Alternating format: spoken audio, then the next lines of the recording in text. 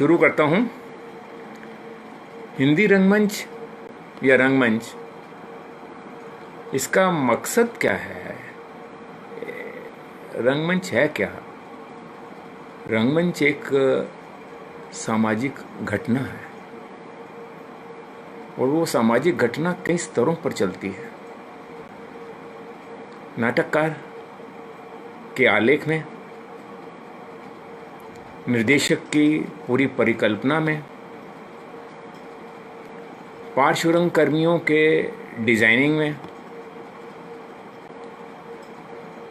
अभिनेताओं के अभिनय में और अंत में दर्शकों के मन में। ये सामाजिक घटना, मेरे ख्याल से आवाज आ रही होगी ठीक से? आप मुझे बता सकते हैं?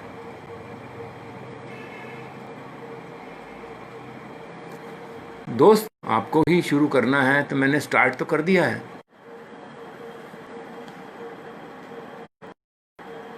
हाँ जी, मेरी आवाज आप तक पहुंच रही है?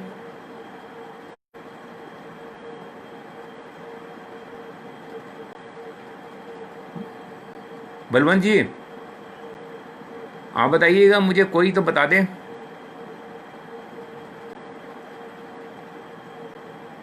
हेलो।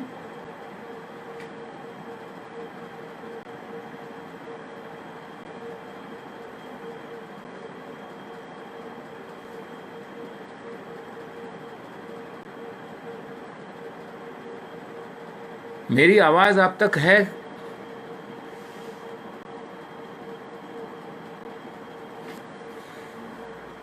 हाँ जी, आप मेरी आवाज। दोस्तों, रंगमंच का मतलब क्या है? रंगमंच मेरे लिए तो अपने समय और समाज को पहचानने का एक तरीका है, और मैं मानकर चलता हूं कि रंगमंच एक सामाजिक, जिसे पहले स्तर पर नाटककार एक खाका बनाता है, निर्देशक उस खाके में थोड़े से रंग भरता है, उसकी परिकल्पना में पार्श्वकर्मी उसका सहयोग देते हैं, अभिनेता अभिनय करता है और फिर अंततः दर्शक तक पहुंचता है, एक संवाद बनाता है, उन्हें उत्तेजित भी करता है, उन्हें कुरेदता भी है, समझाता भी है, और सही मायनों में वो उनसे रूबरू होकर के अपने समाज और अपने करता है। अब सवाल ये है कि ये सारी चीजें हम कैसे करें, कैसे पाएं? ये समाज पर निर्भर करता है। शुरुआत के दौर में देखें तो अंधेर नगरी, जिसे मैं पहला नाटक मानता हूं इस लिहाज से कि उस पूरी सामाजिक संरचना के भीतर जिसमें भारतेंदु जी रहे थे और जिस राजनीतिक परिवेश में वो रह रहे थे, उसकी टकराहट का एक बेहतरीन आलेख बनता है, आज तक खेला जा रहा है। उसमें यह है कि आप नाटक है आपके पास और आपके पास शिल्प है। ये याद रखिएगा कि नाटक एक दृश्यात्मक संवाद है, दृश्य के माध्यम से आप तक पहुंचता है, दृश्य में रूपांतरित होता है। दृश्य जो शब्द हैं वो अमूर्त होते हैं, फिर मूर्त बनते हैं, फिर अमूर्त हो जाते हैं, और आपके पास याद के तौर पर रह जाता है दृश्य, वो बिंब। इस बात को भारतेंदु बहुत अच्छी तरह से पहचानते थे। उन्होंने पश्चिमी रंगमंच को भी देखा भाला, बांग्ला के माध्यम से समझा, लेकिन वो मानकर चलते थे कि हम अपने देश के अनुकूल, अपनी देशज रीति के अनुकूल, अपनी शैली में नाटक को पेश करें। ये चीज़ें बहुत देर तक टिकी नहीं रही। अब टिकी क्यों नहीं रही? इसमें हमारी जो हिंदी बेल्ट, हिंदी पार्टी जिसे बोलते हैं, जिम्मेवार है। एक खास किस्म की सामंती सोच है उनके अंदर। कभी थिएटर को उन्होंने अच्छी निगाह से देखा ही नहीं। अगर आप पुराने उनके कुछ दस्तावेज पढ़ें, जानें, समझें, तो आपको लगेगा कि नाटक बिल्कुल नहीं देखना चाहिए। नाटक देखने से आदमी बिगड़ जाता है, बर्बाद हो जाता है। और अगर बच्चे हैं तो उनको नाटक नाम की चीज़ से दूर रखा जाए, ऐसे लेख मिलते हैं। और मैं अगर याद करूं कि 70 और 80 के बीच के दशक में, सन 76 के आसपास मैं रायबरेली गया। रंजीत कपूर नाटक कर रहे थे और नाटक था एक सत्य हरिश्चंद्र, और उसमें एक वेश्या का रोल था जो एक औरत ने निभाना था। उस पूरी वर्कशॉप में कोई उनको लड़की नहीं मिली। उनकी पत्नी जो माँ बनने वाली थी, उसने उस कठिन समय में भी रोल किया क्योंकि उन्हें और कोई लड़की नहीं मिली। और ये मेरा दूसरा एक अनुभव था कि कोई लड़की आपके पास उस ज़माने में वर्कशॉप के लिए, एक्टिंग के लिए नहीं आती थी। बहुत मुश्किल थी। और आज भी आप कहते हैं दिल्ली जैसे शहर में भी कितने लोग हैं, कितनी दर्शक पैदा हो गए हमारे। 40 से पहले मैं 2 बसें बदल के आता था, 25 किलोमीटर दूर जाता था थिएटर देखने के लिए। आज भी वही करता हूँ। आज भी उतनी दूर जाना पड़ता है। आज कभी कभी अपनी गाड़ी पे जाता हूँ, ड्राइवर लेना पड़ेगा। ड्राइवर है तो मुझे उसको 500 रुपये देने पड़ेंगे और पेट्रोल 500 रुपये का खर्च करना पड़ेगा। 500 रुपये का मुझे टिकट भी लेना पड़ेगा और 500 रुपये का कुछ खाना भी खाना पड़ेगा। तो 2000 रुपये का एक नाटक पड़ता है। क्या हम अपने शहर के आसपास कुछ छोटे से खुले प्रेक्षागृह नहीं बना सकते? नहीं बने। जहां मेरी दिल्ली है, जहां मैं रहता हूं, उसके आगे भी 50 किलोमीटर, तो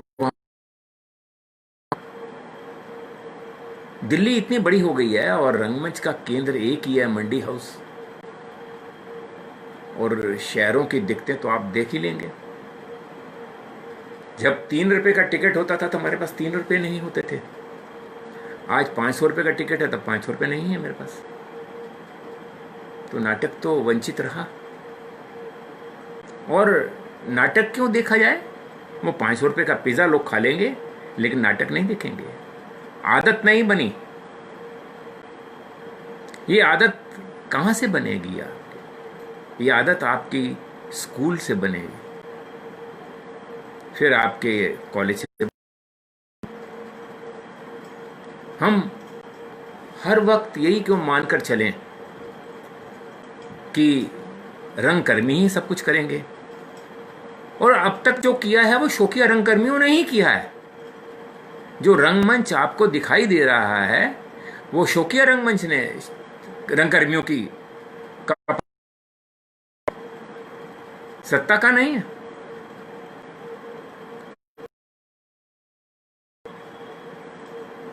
अगर होता तो कई छोटे छोटे थिएटर बनते हैं हमारे, जहां हम प्रयोग करते रहे, जहां हम लोगों को दिखाते नाटक। एक नुक्कड़ नाटक आया था, लेकिन वो भी तो खत्म हो गया। उसका कारण क्या था? उसके दूसरे तीसरे कारण भी बहुत सारे हैं। हिंदी को पकड़ने में और उसे बाजारू बनाने में, उसे बनाने में ये प्राइवेट सेक्टर का भी बहुत बड़ा हाथ है। और नुक्कड़ नाटक उसने हथियाया और नुक्कड़ नाटक को खत्म कर दिया। ठीक वैसे ही जैसे पारसी थिएटर पनपा था, और पारसी थिएटर ने जितनी शौकिया मंडलियां थी, जितने एक्टर थे, जितने उनके रंगकर्मी थे, मादन थिएटर्स प्राइवेट लिमिटेड, उन इसने सबको खरीद लिया और एकाधिकार था उनका अपना। और उस एकाधिकार में उन्होंने जब देखा कि सिनेमा का बोलबाला है, तो उन्होंने सिनेमा में बदल दिया उसे। और 150 या 55 के करीब उनके सिनेमा हॉल थे मादन थिएटर्स के। और वो स्थिति में बेशक खत्म है, पर कह नहीं सकते कि कोरोना में कितनी खत्म है और कितनी बाकी बचेगी। दूसरा जो मुझे लगता है कि नाटक तो लिखे जाते हैं, लिखे भी जा रहे हैं, लेकिन उसके साथ नाटक में एक सरल सी कहानी पेश हो रही है। कभी कभी असली सवालों से हम टकरा नहीं रहे। जो जमीन बन रही है मीडिया की, मीडिया के साथ साथ दूसरे जितनी भी कलाएं हैं जुड़ रही हैं, टीवी है, ये है, वो है, सब जुड़ रहा है उसके साथ। और उससे जो मानसिकता बन रही है और जो मूल्यों में बदलाव आ रहा है और जो व्यवस्था आपको जकड़ रही है, उस जकड़न में एक नई तरह की समस्याएं हैं, एक नए तरह के रिश्ते बने हैं, एक नई तरह का माहौल बन रहा है। उस माहौल में और उस माहौल को समझने के लिए और उस माहौल से टकराने के लिए और उस माहौल को अपने अनुकूल बनाने के लिए हमें रचनाएं बहुत कम नजर आती हैं। इसलिए ये मत कहिएगा कि नाटक तो हैं, नाटक तो हजारों की तादाद में लिखे गए हैं हिंदी में, लेकिन वो सचमुच क्या नाटक थे? वो एक तरह की संवादात्मक कथाएं हैं। आप शब्दों की भीड़ में दृश्य को भूल जाते हैं, दृश्य से टकराना नहीं चाहते। जब दृश्य से टकराएंगे नहीं तो आप दृश्य काव्य कैसे कहेंगे उससे, या फिर उसे सामाजिक घटना कैसे कहेंगे? जो घटना है वो वर्तमान में है, भूतकाल में नहीं।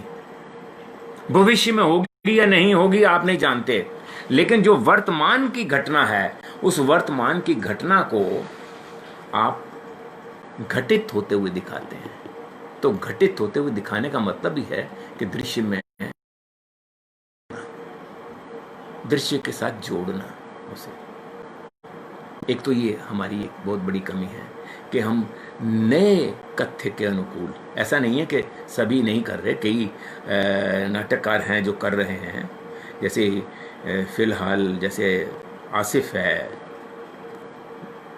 NSG का, और राजेश कुमार जी हैं, इन लोगों के कुछ, और मानो कोल है, इनके कुछ नाटक हैं जो नई सोच के साथ शुरू होते हैं, लेकिन अब इनको करने वाले नहीं। और आज के इस माहौल में हम करने के लिए, ना करने के लिए विवश हैं।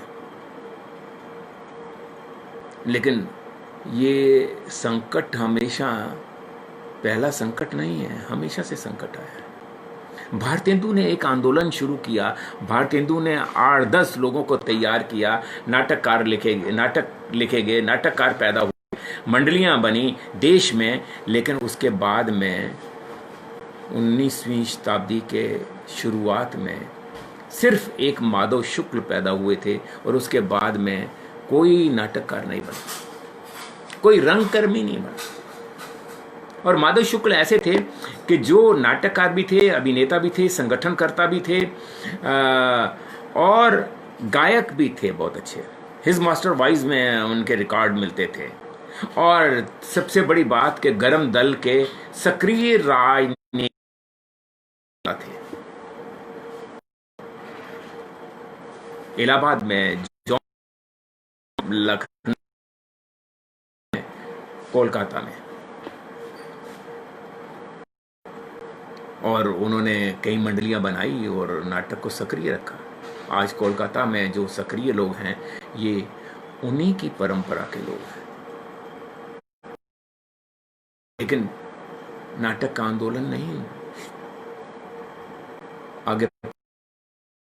मैंने आपको पहले भी बताया था कि ये हमारी हिंदी पार्टी की थोड़ी सी संकीर्ण मानसिकता है, जो इस कला को, जो इस पूरे इसकी प्रक्रिया को हेय दृष्टि से देखती रही। भले ही इसके पीछे पारसी थिएटर का हाथ रहा हो, या सिनेमा का हाथ रहा हो, या बहुत सारे कारण रहे हों, हिंदी पार्टी अन्य भाषा भाषियों के मुकाबले बहुत देर के बाद आधुनिक बना। और आधुनिक भी बना तो सामंती लबादा ओढ़े हुए। कितने ही विरोधाभास, अंतर विरोध हैं हमारी जिंदगी के, उनमें लिपटा हुआ है अभी भी। और उसके बाद आया था हमारा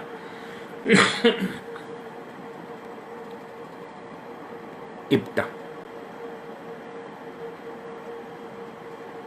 और इप्टा एक सुचिंतित, सुनियोजित, संगठित एक आंदोलन था।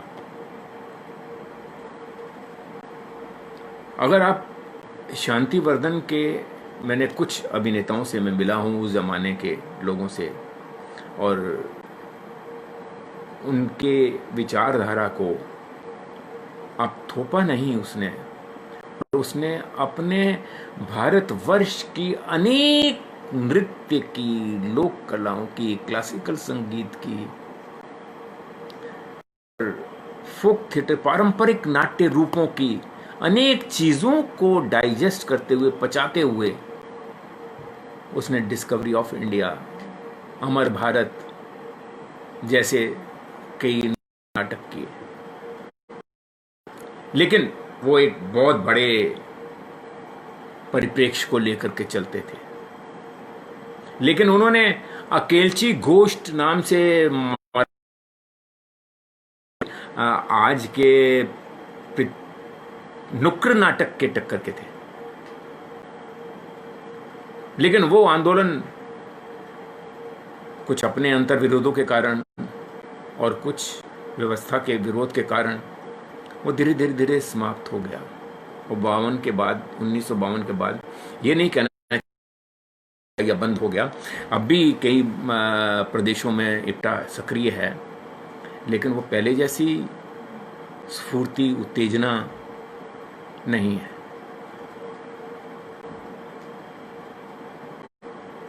और जो नया थिएटर शुरू हुआ है, वो हमें ये बताने के लिए था कि हम थिएटर को नहीं जानते। थिएटर ये होता है, और हम कहानी, किस्सों में खोए रहते थे। वैसे ही हम नाटक सुनते थे, वैसे ही हम नाटक करते थे, वैसे ही हम नाटक पढ़ते थे। और हरिकृष्ण प्रेमी स्टाइल के, या राम कुमार वर्मा के, उपेंद्र नाथ अश के हल्के फुल्के एकांकी के को खेलते थे, या उन्हीं की तलाश में हम रहते थे। मतलब ये एक अजीब सा था कि हम नाटक का मतलब मान बैठे कि एक कहानी में आपने कुछ कहना है, कहना भी नहीं है बल्कि दर्शकों तक फेंकना है। मैंने बताया था कि ये दृश्य में बदलना जो है अभिनेता का या निर्देशक का काम नहीं है, नाटककार का भी काम है। वो दृश्य से इतर कई भाषाएं, भाषा की तलाश में नहीं रहा। और जैसे जैसे हम 20वीं शताब्दी में पहुंचे, 21वीं शताब्दी में पहुंचे, तो हमें अत्याधुनिक बनने की कोशिश में या भागम भाग में हम मीडिया अपनाने लगे। शायद हम मॉडर्न बन जाएं, अंतर्राष्ट्रीय बन जाएं, लेकिन राष्ट्रीय बने या ना बने,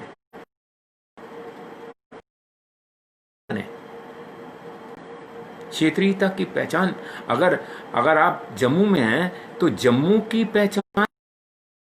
पहचान क्या है, श्रीनगर की पहचान क्या है, वहां का फोक थिएटर क्या है, वहां की भाषा क्या है। क्या हम वहां से शुरुआत नहीं कर सकते थे? हमने शुरुआत कहां से की?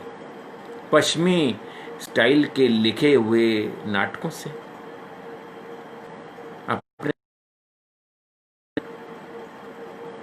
अपने नाटकों की हमें पहचान ही नहीं रही। हम अपने उपन्यास ही नहीं पढ़ते। हम अपनी, सबसे बड़ी बात है कि कविताएं नहीं पढ़ते। एक अच्छे अभिनेता के लिए कविता पढ़ना बहुत जरूरी है। एक अच्छे अभिनेता के लिए उसकी कल्पना शक्ति को विकसित करने के लिए कविता का पढ़ना बहुत जरूरी है। और वो उसे कविता पढ़नी चाहिए। हम अपने स्वर का, जिसे कहना चाहिए विकास नहीं करते, या कहना चाहिए कि साधना ही नहीं करते। हम अपनी भाषा को अच्छी तरह से बोल नहीं पाते। तो क्या हम म्यूजिक के बारे में अपने हारमोनियम के द्वारा भी आप अपने स्वर को आरोह अवरोह के माध्यम से इतनी भाषा के बारे में कभी सजग हुए ही नहीं। हम किसी भी स्वाद के अंतर पाठ, जो सब टेक्स्ट जिसे कहते हैं, उसको तलाश करने के लिए आपको उस भाषा की ध्वनियां, उसके स्वर काम आते हैं। उनको पढ़ना, उनको समझना। और ये तभी होता है कि जब, हाँ सॉरी, वो चला गया था फिर। दोस्तों, अब इस रुकावट के लिए खेद मुझे ही व्यक्त करना है। मेरे साथ और कोई जिम्मेवार नहीं हो सकता। तो दोस्तों, मेरे ख्याल से अब आवाज आ रही होगी ठीक से।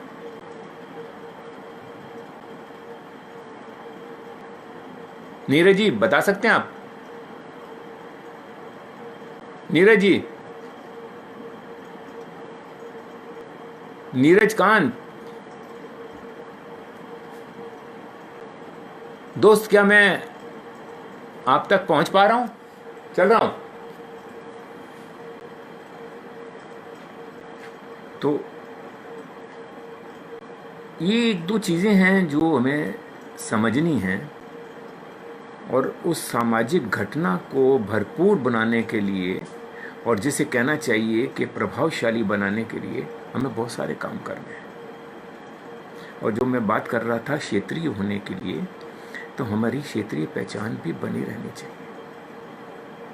क्या हमारे बिहार में, क्या हमारे राजस्थान में, या क्या हमारे मध्य प्रदेश में अच्छा साहित्य नहीं है क्या? हम उसके साथ उसको क्यों नहीं खेलते? हम नाटक की तलाश में इधर उधर ही क्यों भटकते रहते हैं? मैं ये नहीं कहता कि आप पश्चिमी नाटक ना खेले, पश्चिमी नाटक आपने बहुत खेलिए, लेकिन हर बार आपको ब्रेस्ट, कामू, साथ यही यही क्यों नजर आते हैं कि आपके आपके क्षेत्र में कोई भी विकसित, या कहना चाहिए कि राजनीतिक रूप से प्रतिबद्ध साहित्य नहीं है क्या? क्या हमारे क्षेत्र में हमें समझने वाला या हमें समझाने वाला क्षेत्र नहीं रहेगा क्या? तो ये चीजें बहुत जरूरी है कि हम समझें अपने आप को। और अगर मैं ये कहूं कि हमने बहुत कुछ खोया है, नहीं नहीं, बहुत कुछ पाया है। हमने क्राफ्ट बहुत अच्छा पाया है, हमें नाटक की समझ बहुत अच्छी मिली है, हमें एक्टर्स बहुत अच्छे मिले हैं। सिर्फ उन्हें तराशना है, उन्हें थोड़ा सा विकसित करना, उन्हें ये समझ पैदा करनी है। नहीं, साहित्य भी एक चीज है थिएटर को समझने के लिए, थिएटर को एक पुख्ता बनाने के लिए, थिएटर को एक ठोस आधार देने के लिए। हम सोचते ही नहीं, या सोच हमारी बंद कर दी गई है। हम अगर सोच को अगर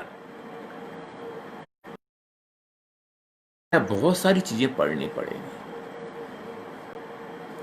अगर फितरती चोर को लेकर विजय दान देथा की कहानी को लेकर के अगर हबीब नाटक करते हैं चरणदास चोर, और वो अंतरराष्ट्रीय ख्याति प्राप्त बन जाता है, तो उसके पीछे की एक सोच, एक साधना है, वो हमें वो पानी है, उस पाने को बहुत जरूरी है। हमें कन्नड़, मराठी थिएटर को भी समझना है। उनकी परंपरा क्यों है?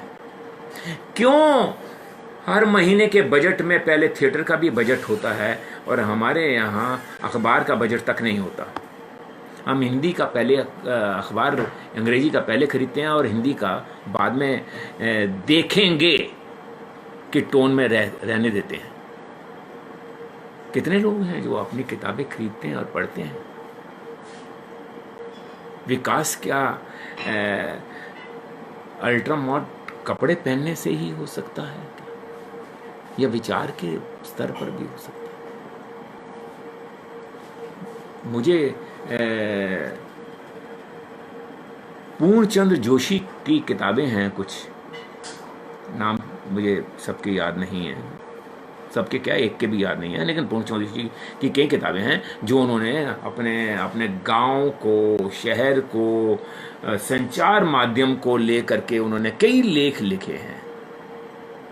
मुझे लगता है कि वो हमें पढ़नी चाहिए, जिससे हमें पता चले कि हमारे हिंदुस्तान के अंतर्विरोध हैं क्या, और बहुत साफ है।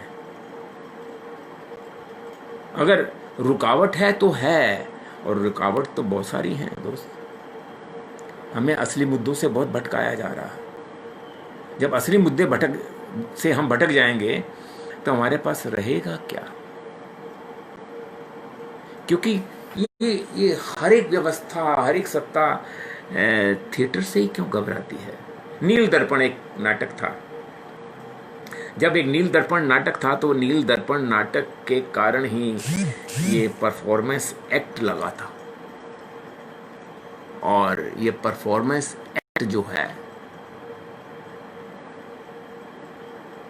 वो क्या है?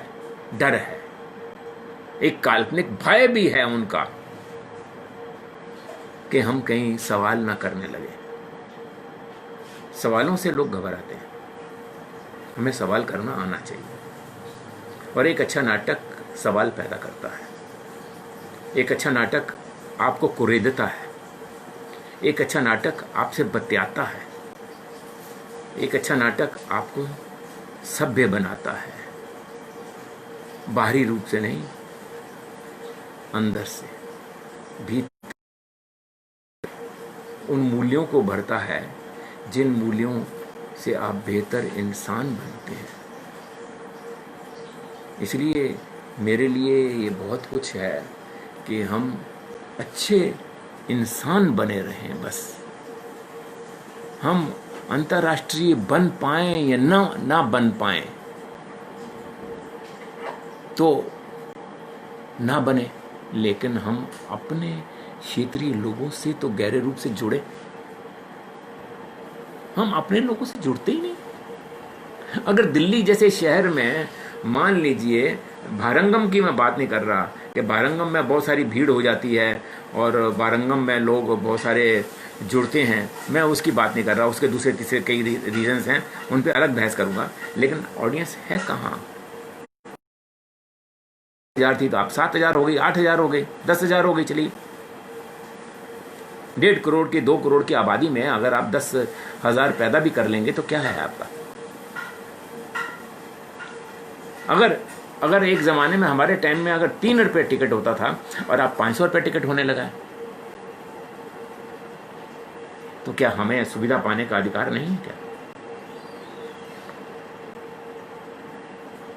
विकास कैसे? कि बुलेट ट्रेन चलेगी तो विकास है हमारा,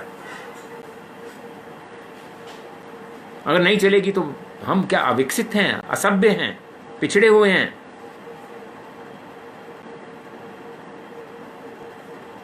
ये इन सवालों पर भी हमें सोचना है। और दृश्य, भाषा या शिल्प कहाँ से पैदा होता है? वो कंटेंट पैदा करता है अपने आप, ऊपर से थोपा नहीं जाता। अगर नौटंकी का या भवई का या माच का 1 हफ्ते का, 1 महीने का, अगर मैं उस शहर में रह करके आता हूँ और किसी उस्ताद की पास शागिर्दी करता हूँ, तो क्या मैं समझ जाऊँगा कि मैं ये उस विशिष्ट शैली का मैं ज्ञाता हो गया, ये मैंने समझ लिया? नहीं। मुझे बहुत ज़रूरी है ये समझना भी कि वो पूरी ज़िंदगी गुजार करके उस उस्ताद ने पाया है। ये शास्त्रीय संगीत को क्या 1 हफ्ते में आप जान लेंगे? फिर क्या?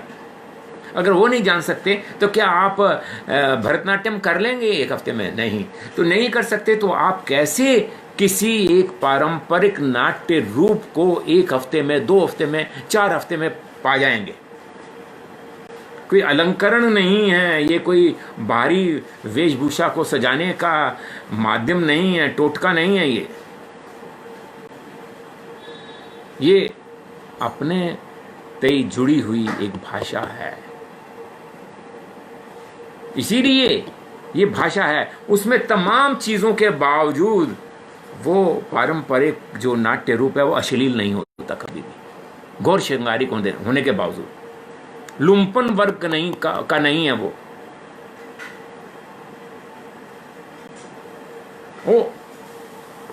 उसमें जो सामाजिकता है वो एक दूसरे से जोड़े हुए हैं। आप भले ही बहुत आधुनिक बन गए, बहुत विद्वान बन गए, लेकिन आप एक दूसरे से कटते जा रहे हैं, एक दूसरे से दूर होते जा रहे हैं। एक खास किस्म की असुरक्षा, भय, अकेलापन आपके अंदर आ गया है। ये आपकी अपनी चॉइस है कि आप क्या चुनते हैं। आप कौन सा नाटक चुनते हैं, कौन सी भाषा चुनते हैं, कौन सी शैली चुनते हैं, कौन सी चीज़ें चुनते हैं, ये आपके ऊपर निर्भर करता है। लेकिन आपके साथ साथ व्यवस्था भी है, और व्यवस्था तो ने तो कभी नहीं चाहा कि हम थिएटर तक ले जाएं, कभी चाहा ही नहीं। कैसे चाह रहे हैं बताइए? कैसे चाहेगा? उसे डर लगता है क्या? हमें शिक्षा का अंग क्यों नहीं बनाएं? हम शिक्षा का हिस्सा क्यों ना बनाएं उसे? हम बचपन से क्यों ना शुरू करें उन चीजों को। ये शिक्षा का एक हिस्सा बनेगा नाटक तो शुरू होगा। अगर मैं अपने बचपन की बात करूं तो मैं दिल्ली में रहता हूं, और एक ज़माने में मैं 48 के बाद जब मैं श्रीनगर से हम दिल्ली आए थे, तो रेलवे स्टेशन, पुरानी दिल्ली रेलवे स्टेशन के पिछले हिस्से में, चांदनी चौक वाले हिस्से में नहीं,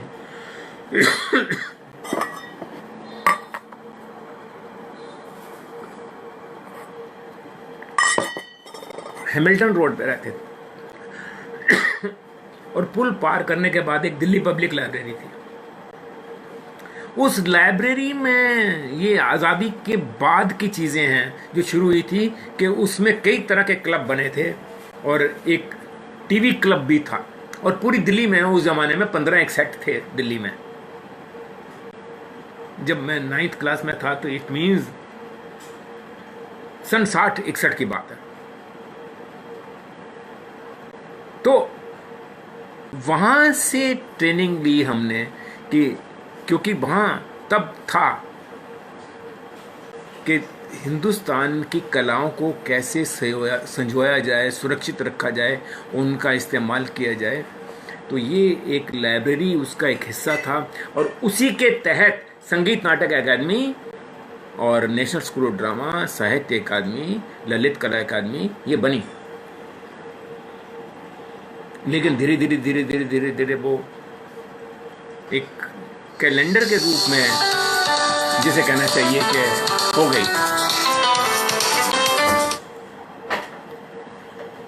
एक जिसे कहना चाहिए कि सॉरी,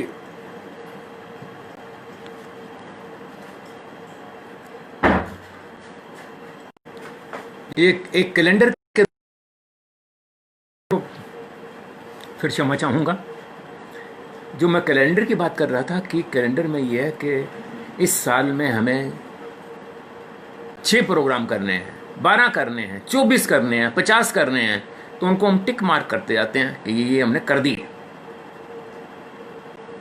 ये कैलेंडर नहीं है। जो पहले जैसी बात थी वो तो रही नहीं। हमारे पास जो साधन थे, जो हमने विकसित किया, उसको और आगे तक ले जाना था हमें। लेकिन हम दूसरे ही दुष्चक्रों में लिप्त हो गए, और कहना चाहिए कि असली मकसद थिएटर का कहीं गायब होने लगा। थिएटर एक फैशनेबल और सीमित लोगों की चीज़ें भी बनता गया। आम आदमी के पास तो थिएटर पहुंचा नहीं, दिल्ली में भी नहीं पहुंचा। इसमें मुझे कोई शर्म नहीं है, अगर कोई कहे तो मैं बहस कर सकता हूँ। मैं जिस शहर में, जिस जगह पर रहता हूँ, मैं उस जगह से 25 किलोमीटर दूर है मंडी हाउस, और मैं 40 साल तक आता जाता रहा हूँ। तमाम असुविधाओं के बावजूद, जब मेरी गाड़ी नहीं थी मेरे पास, तब भी 2-2 बसें बदल करके भी जाता था, पैदल भी चलते थे हम। बस के बाद में 15 मिनट 20 मिनट का पैदल भी था घर तक पहुंचना। सुबह के निकले हुए, कॉलेज की ड्यूटी निभाते हुए, और रात के 11 बजे घर पहुंचते थे, भूखे प्यासे। कितना करेंगे आप, कितनी तपस्या कर लेंगे इसमें, कितना जान लेंगे। और फिर पढ़ना भी है, पढ़ाना भी है, लिखना भी है, और आपको दूसरी नौकरियां भी करनी हैं। तो आज तो कहीं थिएटर नहीं बना पास में मेरे, ना दिल्ली सरकार ने बनाया, ना केंद्रीय सरकार ने बनाया। और दिल्ली को क्या क्या पूरे हिंदुस्तान में जो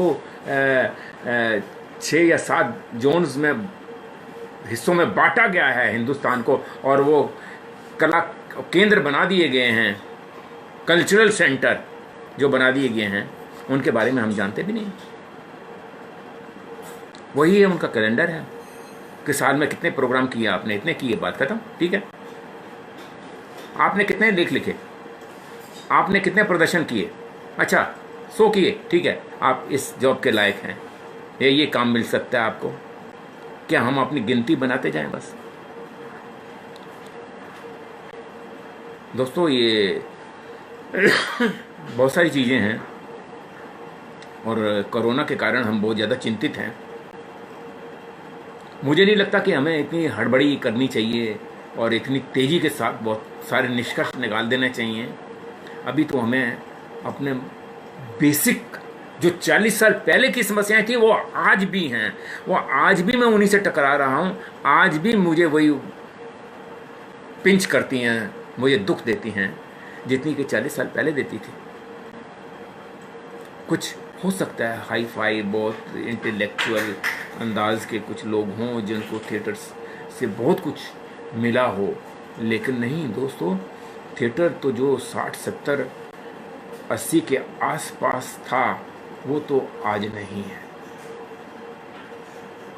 ना है और उम्मीद नहीं लगती कि होगा फिर। क्योंकि जो दूसरा जो विजुअल मीडिया है, जो इलेक्ट्रॉनिक मीडिया है, वो जितनी तेज़ी से पनप रहा है और उसे मार्केट में जैसे तेज़ी से फेंका जा रहा है, उसने पूरे हिंदुस्तान को कैप्चर कर लिया है। या हो सकता है जैसे कोई भी अडानी या अंबानी कोई भी सारे हिंदुस्तान के पूरे थिएटर को, पूरे सिनेमा हॉल्स को कैप्चर कर दे, तो क्या कर लेंगे आप? वो अपनी शर्तें रखेगा। मॉडर्न थिएटर्स ने भी ऐसे किया था, पूरा थिएटर बंद हो गया था, पारसी थिएटर, और दूसरा थिएटर भी बंद हो गया था, और लोग सिनेमा हॉल्स के मॉर्निंग शो की जगह के नाटक किया करते थे। वो भी तो था थिएटर।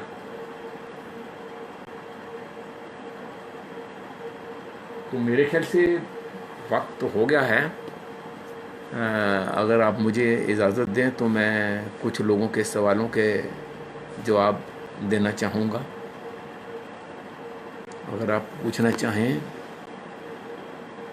तो एक मेरे पास भाटिया साहब का एक सवाल है कि आवाज़ को कैसे बेहतर बनाया जा सकता है। जब मैं अपनी आवाज़ को रिकॉर्ड करता हूँ तो मेरी आवाज़ बहुत ही बेकार हो जाती है, और फ़ोन पर बात करते समय भी। दोस्त, ऐसा नहीं है कि आवाज़ तो बेस वाइज आपकी है, कुछ तो भगवान की देन होती है, कुछ देन नहीं है तो उसे अभ्यास के द्वारा आप किसी भी एक अच्छे म्यूज़िक टीचर से भी अगर मिलेंगे, वो भी आपको स्वर साधना के लिए कुछ चीज़ें बताएगा। और बेहतर है आप अच्छी कविताओं का पाठ कीजिए। कहाँ पॉज देना है, कहाँ रुकना है, कहाँ चलना है, ये कविताओं का पढ़ना पढ़ाना और हारमोनियम ले करके अपने स्वर को साधना। और फ़ोन पर बात करते हुए अगर आवाज़ बहुत प्रभावी नहीं होती है तो क्या हुआ? आपको किसको प्रभावित करना है? आप अपने आप को प्रभावित कीजिएगा। आप अच्छे लगते हैं, आप अच्छी समझ है आपकी। और ये है, स्कूलों में रंगमंच के प्रति बच्चों में क्रांति कब आएगी? तभी आएगी जब हम उसे शिक्षा का एक अनिवार्य हिस्सा बनाएंगे और उनको रंगमंच के प्रति जागृत करेंगे। उनकी कल्पनाशीलता बढ़ेगी, उनमें सौंदर्य जिसे कहते हैं एस्थेटिक सेंस, सौंदर्यानुभूति बढ़ेगी। उनके अंदर एक भाईचारा पैदा होगा। आज भी हमारे जितने अच्छे दोस्त हैं वो थिएटर में हैं। मैं दिल्ली यूनिवर्सिटी में 40 साल तक मैंने पढ़ाया, 41 साल, और यहीं हिंदू कॉलेज में मैं पढ़ा लिखा। लेकिन मेरे अच्छे दोस्त जो थे थिएटर में ही थे। मैं कॉलेज के बाद सीधा मंडी हाउस भाग जाता था और वहीं लोगों से बतियाता था, और कई तरह की चीज़ों का ज्ञान मुझे थिएटर से ही मिला है। एनएसडी के रिहर्सल्स भी अटेंड किए हैं मैंने, एक्टिंग भी खुद की है कई बार। हालांकि मुझे लगा कि मैं बहुत अच्छा एक्टर नहीं बन सकता तो मैंने छोड़ दिया। एक आध बार एड फिल्म भी की तो मुझे लगा ये भी मेरी दुनिया नहीं है, इसको भी छोड़ दिया। उसके बाद मुझे लगा नहीं, मुझे लिखना पढ़ना चाहिए, तो मैंने फिर किताबें लिखी, कुछ एनएसडी के लिए किताबें लिखी। तो मुझे अपने आप को पहचानने की समझ भी इन्हीं से मिली है, थिएटर से ही मिली है। और थिएटर के ही दोस्त हैं जिनको मैं आवाज़ लगाता हूँ तो वो आ जाते हैं, मिल लेते हैं, पूछ लेते हैं मुझे कि मैं कैसा हूँ। और एक अनिल जी का है कि कोई भी अनिवार्य नहीं है नृत्य और संगीत में से। तो मैं पढ़ रहा हूँ, अपनी शक्ति पनप रहे हैं हम नाटक करने वाले, हमेशा सरकार के सामने याचक। हाँ, वो कहता है कि हम याचकों की तरह सरकार के सामने खड़े हो जाते हैं। तो और एक क्या है सर, हम फिल्म देखकर थिएटर एक्टिंग सीखी जा सकती है क्या? बिल्कुल नहीं। आप फिल्म देख के फिल्म ही कीजिएगा, एक्टिंग नहीं, थिएटर की एक्टिंग नहीं। जो फिल्म की एक्टिंग एक कैमरे की एक्टिंग है, कैमरे को देख करके एक्टिंग कर रहे हैं। यहाँ आपको दर्शक को जीवंत व्यक्ति के सामने, जीवंत व्यक्ति के लिए एक सामाजिक घटना की संरचना करता है। इसलिए इसकी एक्टिंग में और उसकी एक्टिंग में फ़र्क है। आप शाहरुख खान या सलमान खान को देख करके एक्टिंग नहीं, वो थिएटर में अगर आएंगे तो फ्लॉप हो जाएंगे। चलेंगे तो इसलिए कि वो फिल्म एक्टर हैं, इसलिए ना। आप थिएटर अच्छा देखिएगा, अच्छा लिटरेचर पढ़िएगा। हाँ, अच्छी फिल्में आपको प्रेरित कर सकती हैं, आपको उत्तेजित कर सकती हैं, अच्छी फिल्में। तो आप उनको देखिएगा, उनको देख करके देखिए कि इस आदमी ने इस छोटी सी इंसिडेंट में कितने ही मीनिंग भर दी है, वो अच्छा सा कर सकते हैं। एक अनिल गोयल जी का है, वो हालांकि वो पता नहीं मेरा नाम लिख रहे हैं किसका नाम लिख रहे हैं, महेश जी की जगह सुदेश जी कर दिया उन्होंने। कोई बात नहीं, मैं महेश जी ही रहूँगा, जी नहीं रहूँगा, महेश ही रहूँगा, सॉरी। तो उनका तो यही है कि संगीत और नृत्य में से भी कोई एक विषय अनिवार्य नहीं है। संगीत और नृत्य में तो बहुत सारी अभ्यास साधना चलती तो थिएटर में भी है, लेकिन थिएटर में हम मान लेते हैं कि हम सब एक्टिंग कर सकते हैं, हम सभी जन्मजात एक्टर हैं, और वैसे होते तो हैं, लेकिन फिर भी अपने को तराशने के लिए, अपने को विकसित करने के लिए हमें प्रशिक्षण तो लेना ही पड़ेगा, या किसी भी एक अच्छे निर्देशक के साथ, मंडली के साथ जुड़ना पड़ेगा। अगर आप नाट्य पाठ से लेकर के प्रदर्शन तक की पूरी प्रक्रिया के साथ जुड़ते हैं तो थिएटर का कुछ हिस्सा आप पाते हैं, तब पता चलता है कि थिएटर होता क्या है। इसके लिए मैं सैकड़ों वर्कशॉप मैंने अटेंड किए, लोगों के मंडलियों के साथ जुड़ा, उनकी रिहर्सल अटेंड की, उनकी रीडिंग की, उनके साथ बहसें की, उनके साथ देखा, तब भी जा कर के हमें नहीं लगा मुझे कि मुझे थिएटर अब भी आता है, क्योंकि थिएटर अनंत है। जो डूबा वो तर गया, जो तरा वो डूब गया। और बोलिए।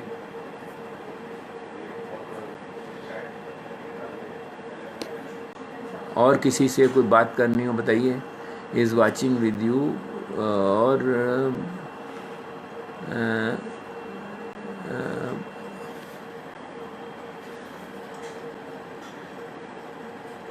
देखिए, मैं देख रहा हूँ कि अगर कोई है तो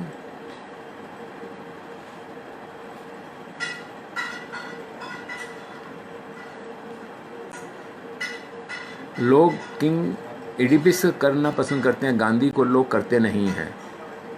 गांधी को नहीं, मतलब कहना चाहिए कि कई अच्छे नाटकों को नहीं करते वो, गांधी को ही क्यों।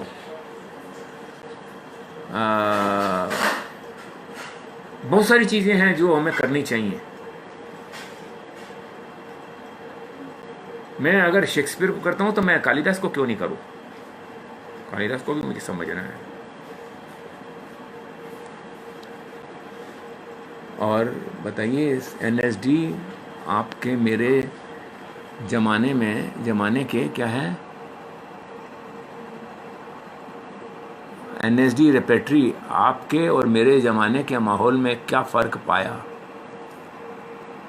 युवराज जी का है, युवराज शर्मा। डिसिप्लिन, अनुशासन।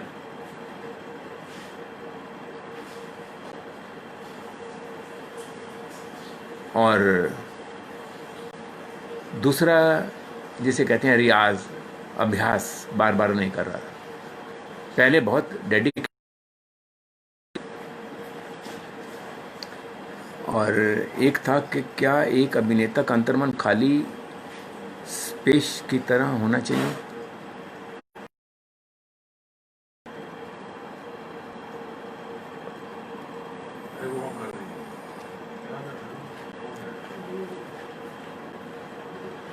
और बोलिएगा, कोई सवाल हो किसी का?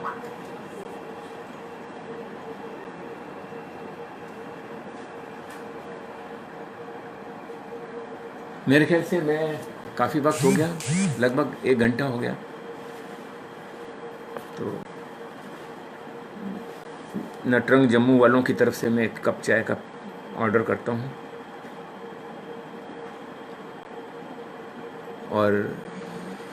और कुछ हो तो बताइएगा।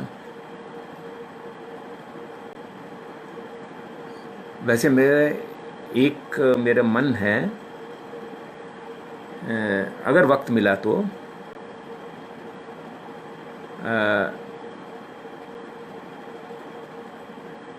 हिंदी रंगमंच का डॉक्यूमेंटेशन और हिंदी रंगमंच का इतिहास, इसके ऊपर मैं कुछ बोलना चाहूँगा। कभी वक्त मिलेगा तो आपसे बतियाऊँगा इस पे, क्योंकि मैंने जितनी किताबें लिखी हैं वो हिंदी रंगमंच के इतिहास को जानने की कोशिश में लिखी हैं, और उस कोशिश में मुझे लगा कि एक प्रामाणिक जानकारी देनी चाहिए मुझे आपको, और उसके लिए मैं हिंदुस्तान के कई प्रदेशों में भटका। कई लोगों ने मुझे सहयोग दिया, 1-2 को छोड़ करके सभी ने सहयोग दिया। जाने अनजाने लोगों में से सब ने अपने पर्सनल डायरियों में से, लाइब्रेरीज में से किताबें दी, ये किया वो किया, बहुत कुछ दिया। यहाँ तक कि एक सज्जन ने मुझे 1898 की पहली नाट्य पत्रिका भी मुझे दी, एक ही प्रति है उसकी मेरे पास, मतलब एक ही प्रति थी उनके पास जो मुझे देगी।